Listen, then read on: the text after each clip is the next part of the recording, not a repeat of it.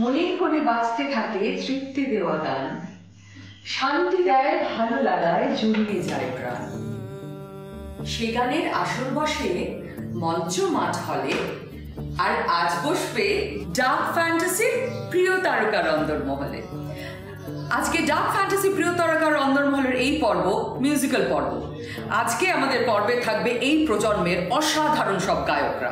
দর্শকদের অনুরোধ করা হচ্ছে যে যার নিজের সিট বেল্ট বেঁধে নিন। আমাদের ডার্ক ফ্যান্টাসির প্রিয় তারকার অন্দরমহলের ফ্লাইট এক্ষুনি ছাড়বে, উড়ে যাবে মুম্বাইয়ের দিকে।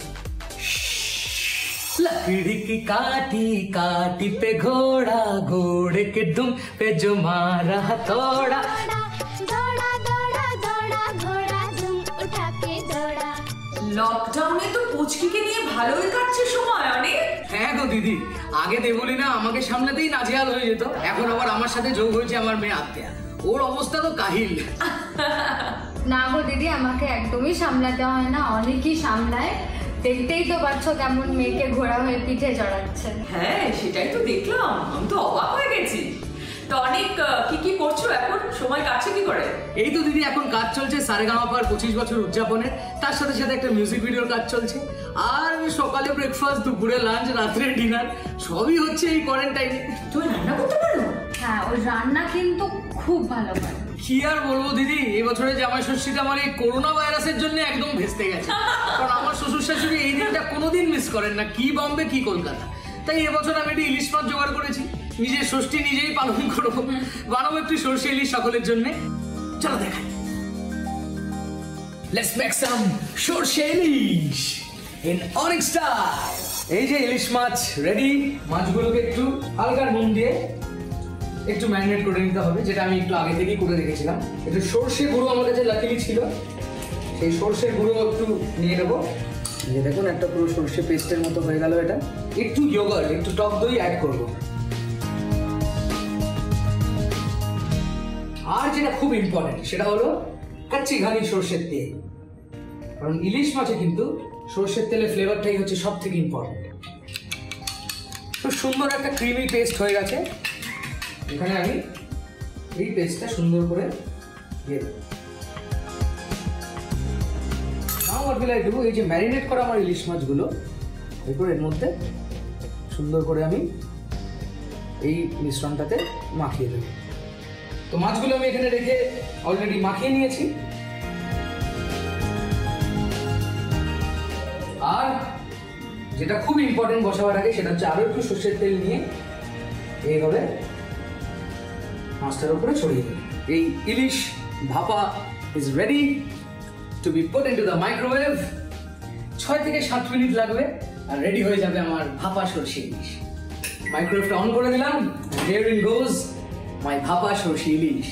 বাপ্পা মোরিয়া। আমি এখানে ঠিক 6 মিনিটের জন্য মাইক্রোওয়েভটা স্টার্ট করে দেবো, তারপর দেখছি কি হয়। এখান থেকে তো বসে ভাই ইলিশের স্বাদ পাবো না, তবে যে স্বাদ আমরা আস্বাদন করতে পারবো সেটা হচ্ছে তোমার গান। একটা ফাটাফাটি গান শুনিয়ে দাও আমাকে এবং জি বাংলার প্রিয় তারকার অন্দরমহলের দর্শকদের। একটা গান মনে পড়ে গেল এই দুজন সুন্দরী মানুষকে দেখে, দু লাইন একটু গাই। ও কেন তখন উড়িয়ে আঁচল খোলা চুলের বাইরে এলো, দেখে তো আমি মুগ্ধ হই, আমি তো মানুষ, কেন এত সুন্দরী হলো, কেন এত সুন্দরী হলো, কেন এত সুন্দরী। আমার মাইক্রোওয়েভ গান গিয়ে উঠেছে, দেখা যাক হয়েছে কিনা। কম কম কম সুন্দরী। Yes, sushi is ready and done. Now time to serve.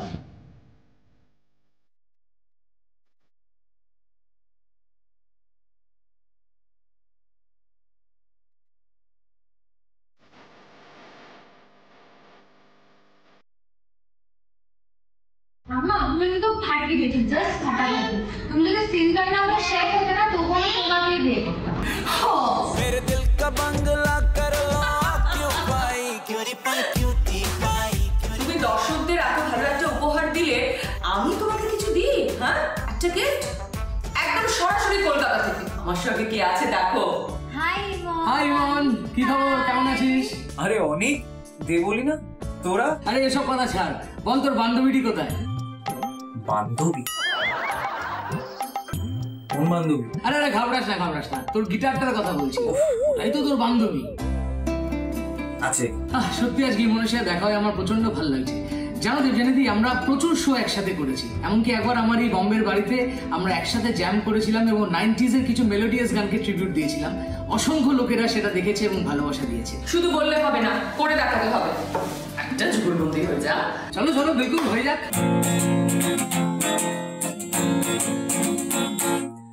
ऐसा जख्म दिया है जो न फिर भरेगा, हर हसीन चेहरे से अब ये दिल डरेगा। हम तो जान देकर क्यों ही मर मिटे हैं, सुन लो ऐ हसीन ये हमसे अब न होगा। ऐसा जख्म दिया है तूने मुझे पहचाना नहीं, जाना मैं कोई अनजाना नहीं, आशिक हूँ मैं तेरे नाम का, दीवाना हूँ मैं दीवाना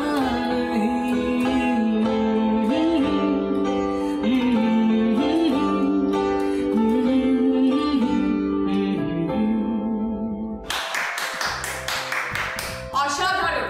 আজকে রাতটা একেবারে জমে ক্ষীর। হ্যাঁ, আড্ডা কিন্তু জমে গেছে এবং আরো জমবে যদি আমাদের সঙ্গে আরো একজন থাকে। কে? ইমনের মা। এই মা কোথায়? মার সাথে একটু আগে হেভি ঝগড়া হয়েছে আমার, বাইরের ঘরে বসে আছে। আচ্ছা, মাকে বল না আমি ডাকছি। আমি ডাকলে কোনো চান্সই নেই আসার। তুই যদি একটু গান টান গিয়ে মার মনটা বোলাতে পারিস তাহলে ঝগড়াটা মিটে যাওয়ার একটা চান্স আছে। ওকে, ডান, গুড আইডিয়া। কি রে, এই চায়ের গন্ধ পেয়েছিস অমনি চলে এসছিস? আমার সাথে ঝগড়া করেছিস, আমি তোর চা বানাই, শুধু আমাদেরটা বানিয়েছি। আমি চা খেতে আসিও নি, আমার কারণটা দেখো কে আছে আমাদের সাথে। ও অনেক দেবলীরাও আছে, মিষ্টিও আছে আমাদের সঙ্গে, কিন্তু আমিও আছি। নমস্কার নমস্কার দেবজানি। নমস্কার। আপনার রাগ ভাঙাবার জন্য ইমন আমাদের ডেকে আনলো কিন্তু। দেখেছো ছেলের কাণ্ড, তার রাগ আমার ভাঙাবে কি করে শুনি? এই যে অনেক বললো মেয়ে আসবে এক্ষুনি।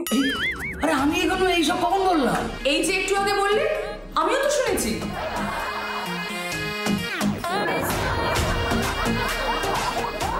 আরে দেবলিয়া শোন, একটা কাজ কর, তুই অনেককে মেয়ে সাজাবার বন্দোবস্তগুলো করে ফেল, দেখি মার রাতটা ভাঙানো যায় কিনা। আর ব্যাকগ্রাউন্ড মিউজিকের ব্যাপারে তুই চিন্তা করিস, ওর জন্য আমি আসি, কোনো অসুবিধা। মেরা নাম চিনচিনচু বাবা চিনচিনচু বাবা চিনচিনচু, মেরা নাম চিনচিনচু বাবা চিনচিনচু বাবা চিনচিনচু, রাত চাঁদনি মে তু mister how do you do.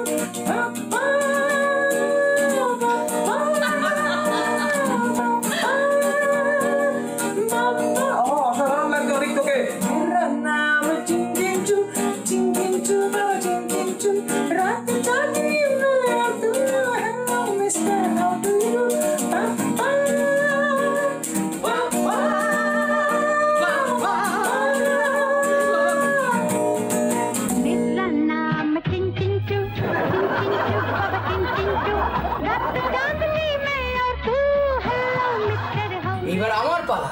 তোমাদেরকে এমন একটা টাস্ক করে দেখাতে হবে যেটা প্রচন্ড চ্যালেঞ্জিং হবে, কিন্তু তুমি শুধু একা নয়, একেও করতে হবে, আমার বউকেও। ওকে বাদ দেবো না, বদলা হাম লেকে হি रहेंगे। কিন্তু তার আগে আমার এই চিনচিনচু বেশটা একটু আমি তুলে আসি। দাদিমা দেবলীনাকে কি করতে হবে সেটা তো বলো। খুব ইজি একটা টাস্ক। এখানে কাকিমাকে লিখতে হবে ইমনের নাম আর দেবলীনাকে লিখতে হবে আমার নাম, তবে আটার লেচি দিয়ে।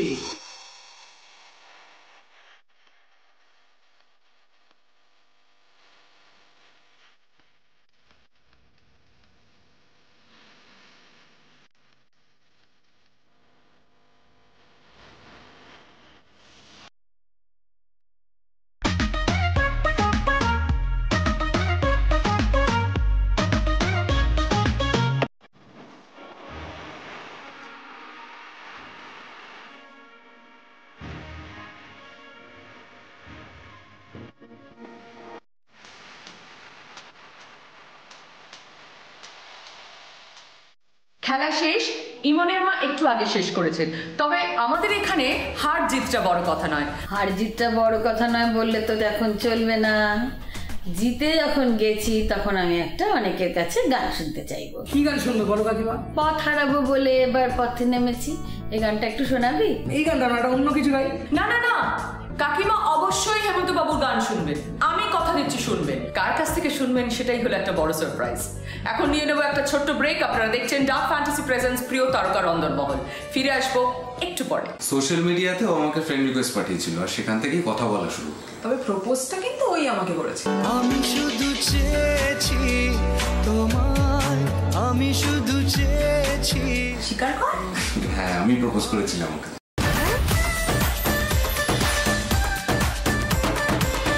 ফিরে এলাম ব্রেকের পর। আপনারা দেখছেন ডার্ক ফ্যান্টাসি প্রেজেন্স প্রিয় তারকা রন্ধনমহল। আমার কস্টিউম স্পন্সর করেছে ওই সেই দ্য ডিভা দ্য ড্রিম। একটা সারপ্রাইজ দেওয়া বাকি ছিল, মনে আছে?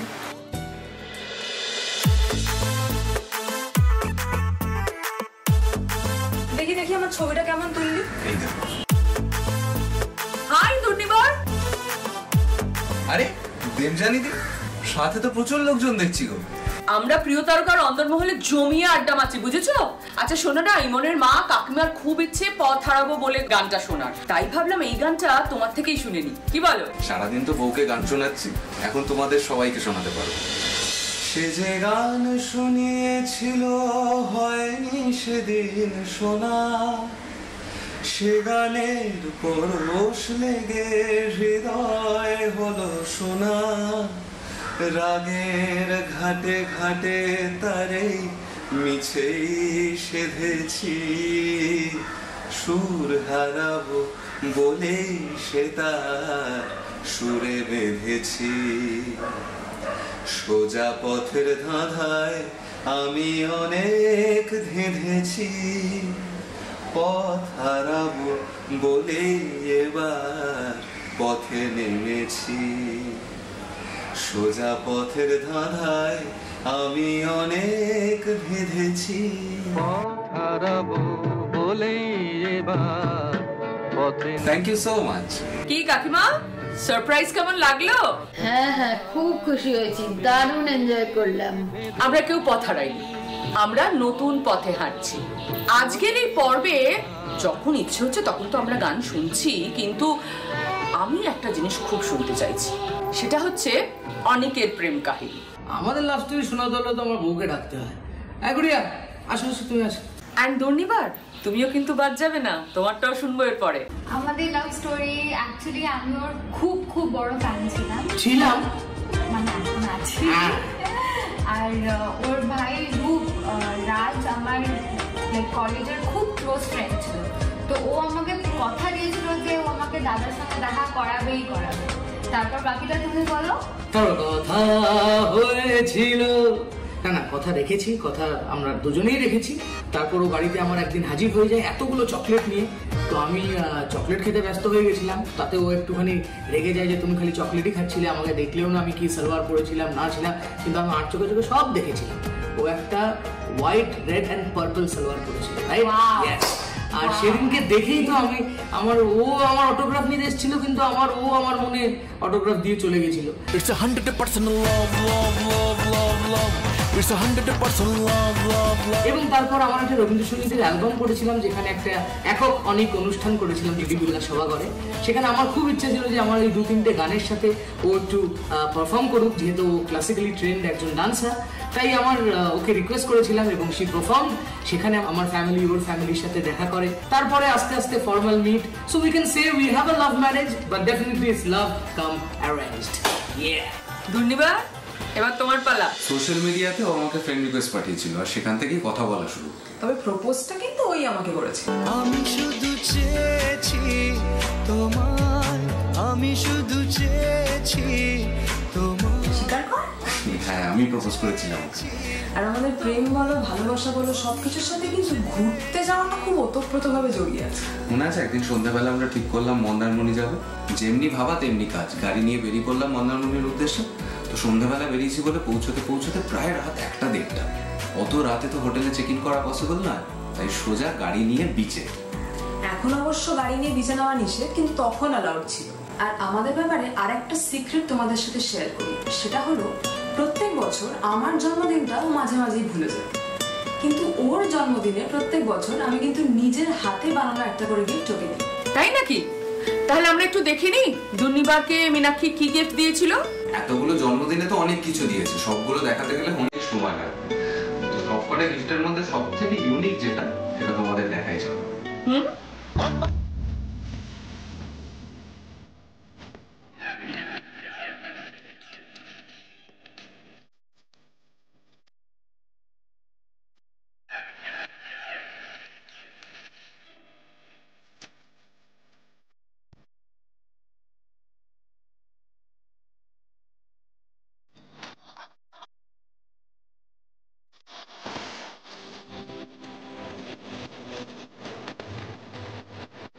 এবার তোমার ভাই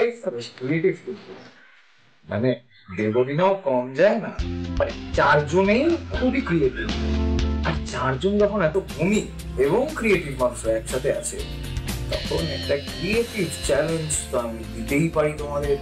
ক্রিয়েটিভ চ্যালেঞ্জ? What's that? সেটা হচ্ছে মীনাক্ষী আর দেবলী দুজনকে একটা সাদা পাতা নিয়ে ছবি আঁকবে। ছবিটা আঁকবে দেবলীনা অনিকের পিঠের উপর রেখে আর মীনাক্ষী দুর্নিবারের পিঠের উপর।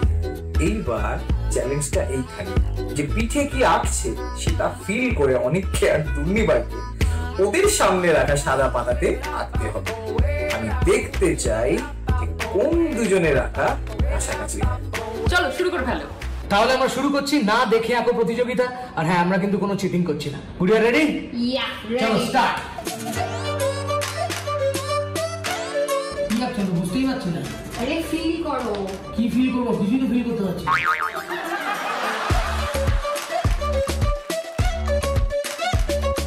কি হচ্ছে না?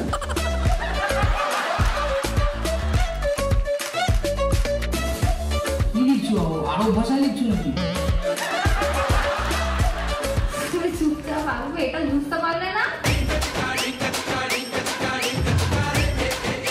কি হচ্ছে না? কি আঁকছো? এটাও বুঝলে না নাকি?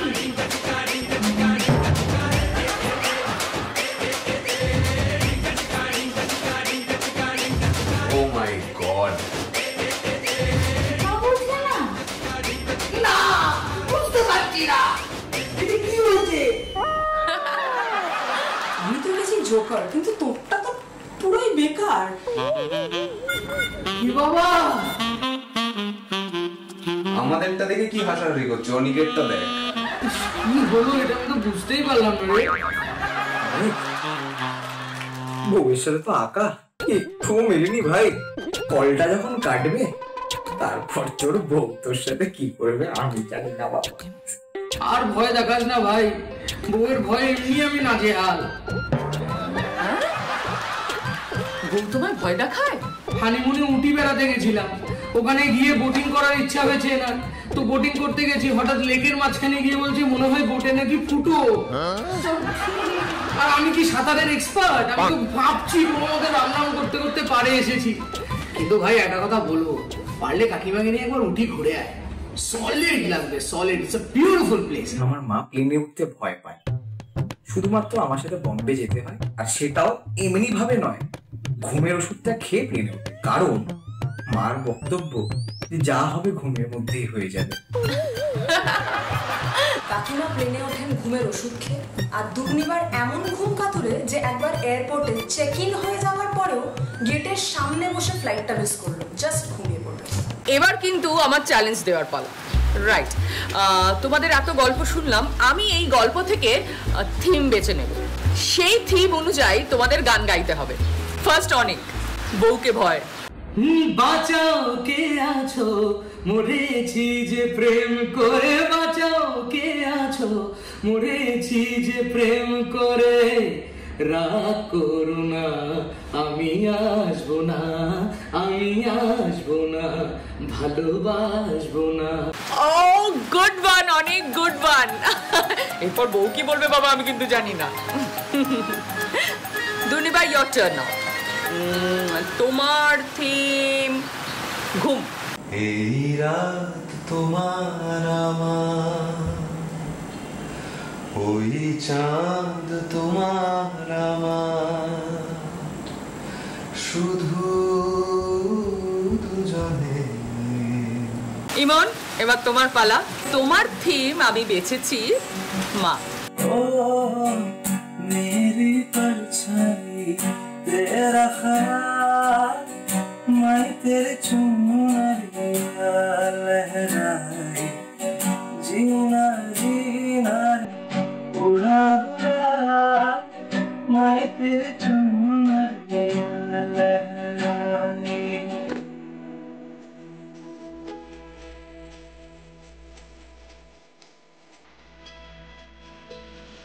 এই দুনিয়া ঘরে বন বন বন বন ছন্দে ছন্দে কত রং বদলায় রং বদলায় রং বদলায় রং বদলায়।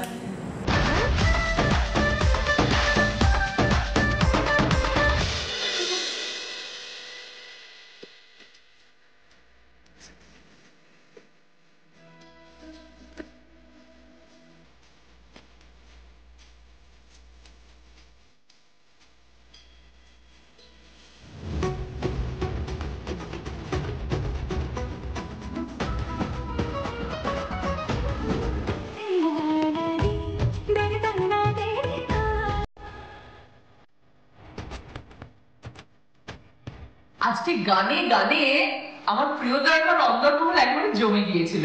সত্যি বলছি, একদম ছেড়ে যেতে ইচ্ছে করছে না, কিন্তু কি করব, হাতে সময় খুব কম, যেতে তো হবেই। কিন্তু আজ শেষটা একটু অন্যরকম ভাবে করতে চাই। ধরুন একটা কনসার্ট হচ্ছে, সেখানে রয়েছেন রাহুল দেব বর্মন, সোনু নিগম আর হেমন্ত মুখোপাধ্যায়। তারা কিভাবে শেষ করবেন? আগামী পর্বে আবার আপনাদের সাথে দেখা হবে। আপনারা দেখতে থাকুন ডার্ক ফ্যান্টাসি প্রেজেন্টস প্রিয় তারকা বন ছন্দে ছন্দে কত রং বদলায় রং বদলায়। দুরন্ত ঘূর্ণির এই লেগেছে পাক এই দুনিয়া ঘরে বন বন বন বন ছন্দে ছন্দে কত রং বদলায় রং বদলায় রং বদলায় রং বদলায়। अरे यम्मा यम्मा यम्मा यम्मा ये खूबसूरत समा बस आज की रात है जिंदगी कल हम कहाँ तुम कहाँ। हर घड़ी बदल रही है रूप जिंदगी छाँव है कभी कभी है रूप जिंदगी हर पल यहाँ जी भर जियो जो है समा।